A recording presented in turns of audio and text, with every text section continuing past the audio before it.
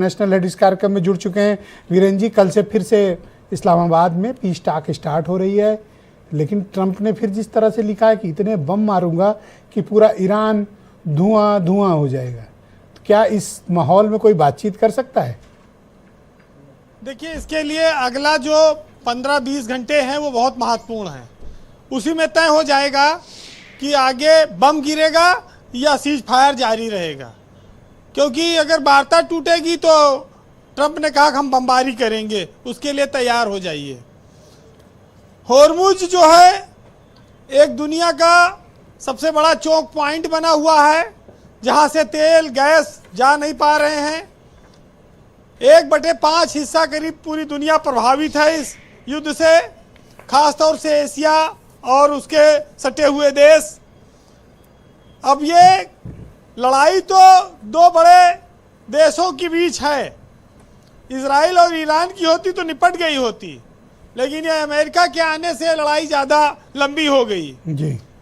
आज भारत में भले तेल की कीमतें न बढ़ी हों, लेकिन दुनिया में तेल की कीमतें बढ़ चुकी हैं इस लड़ाई की वजह से। और आप ये कह सकते हैं कि हड़कंप जैसी स्थिति है जहां पर तेल या गैस की कमी आ रही है। भारतीय जहाज जो होर्मुज में फंसे थे पिछले अगर 28 तारीख से देखा जाए तो अब तक 10 जहाज आ चुके हैं। अभी गोलीबारी में 2 जहाज लौटे हैं। एक चीज बड़ी अजीब सी हो रही है जो देखने को मिलती है, भारत ईरान के साथ दोस्ताना रवैया रखता है, लेकिन उसके जहाज भी नहीं निकल पाए।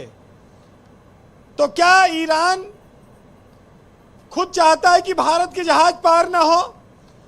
अगर वो अपने जगह अपने यहाँ से छोड़ता और अमेरिका अगर उसको आगे रोकता तो भारत को अमेरिका से नाराजगी जताने का हक था, लेकिन अभी तो ईरान ही नहीं निकलने दे रहा है। तो दोस्ती भी वो नहीं खुल के कर रहा है और दुश्मनी भी छुप छुप के चल रही है। ब्रजेश जी, ये जो स्थितियां हैं इसने सऊदी अरब को, यूएई को, कतर को, इराक को एक नई दिशा दी है। अब वो लोग सीधे पाइपलाइन के थ्रू तेल पहुंचाने में लगे हैं। जो पाइपलाइन उनकी बंद हो गई थी उसको वो तेजी से खोल रहे हैं और पूरी क्षमता से चला रहे हैं। देखिए, जब दुनिया में संकट आता है, कहीं कोई समस्या आती है तो उसके लिए नए रास्ते खोले जाते हैं। अगर समुद्र से तेल नहीं ले जाने दोगे तो पाइपलाइन चलेगी। और ईरान का जो सबसे बड़ा विकल्प आज सऊदी अरब, यूएई और इराक ने मिलकर वो अपनी पुरानी पाइपलाइनों को चालू किया है, जिसमें सऊदी अरब की ईस्ट वेस्ट पाइपलाइन है जो 1200 किलोमीटर लंबी है और वो पूरी क्षमता से चल रही है।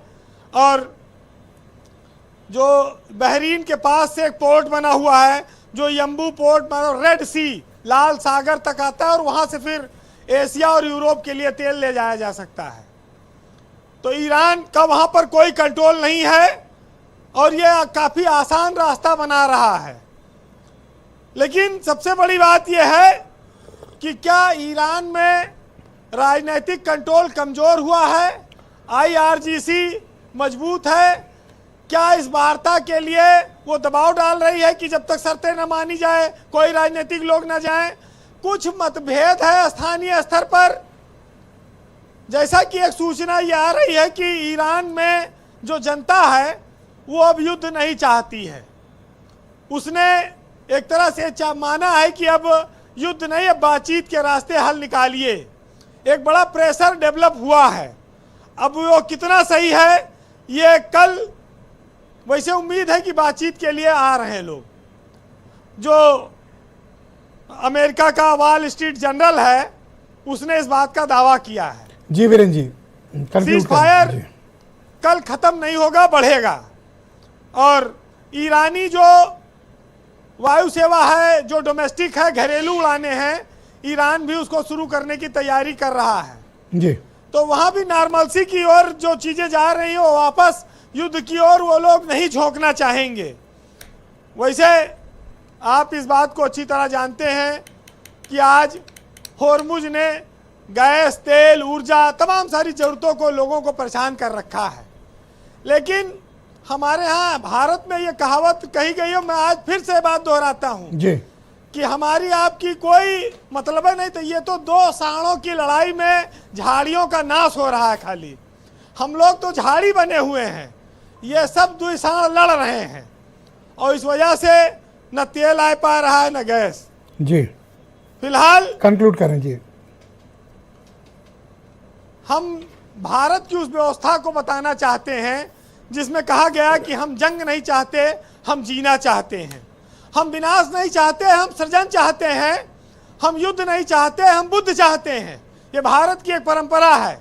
लेकिन एक दूसरी धारा भी है जिसने ये कहा है कि युद्ध नहीं जिनके जीवन में, वे तो बहुत अभागे होंगे और या तो प्रण को तोड़ा होगा या रण से भागे होंगे। बहुत शुक्रिया वीरेंद्र जी, बहुत धन्यवाद आपका ग्राउंड जीरो से अपना फीडबैक, ओपिनियन और ऑब्जर्वेशन हम तक पहुंचाने के लिए। बहनों भाइयों, इस